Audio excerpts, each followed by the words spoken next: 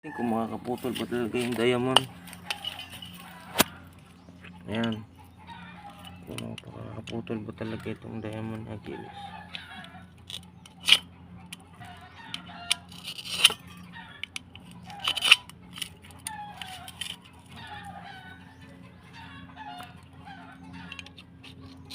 Magkano bili mo dyan, Ken? 400? 350. 350.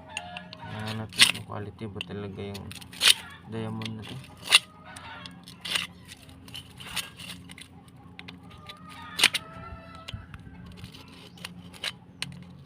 Hindi kaya na-scam tayo niyan. Ang gumuguhit na bato na. Akala ko yung diamond ano, putulis. Prol man, prantanso. Parang di mo natablan. Kailangan pag bumili siguro tayo yung diamond, magdala tayo ng 5 years. Boss, tagay mo muna. May laman pa eh. Ay, gagi. Tagay yan. Gaging diamond yan. Tibay. At tarabuak.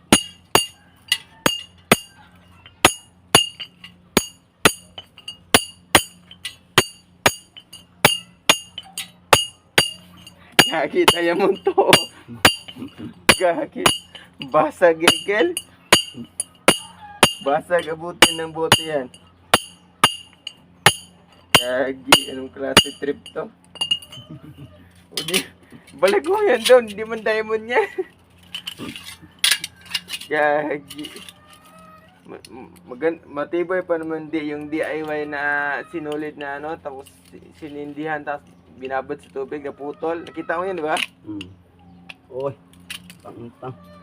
Ay, putang. Gagi, isira. Na-scam kaya, Kel? Tang-tang ng helmet.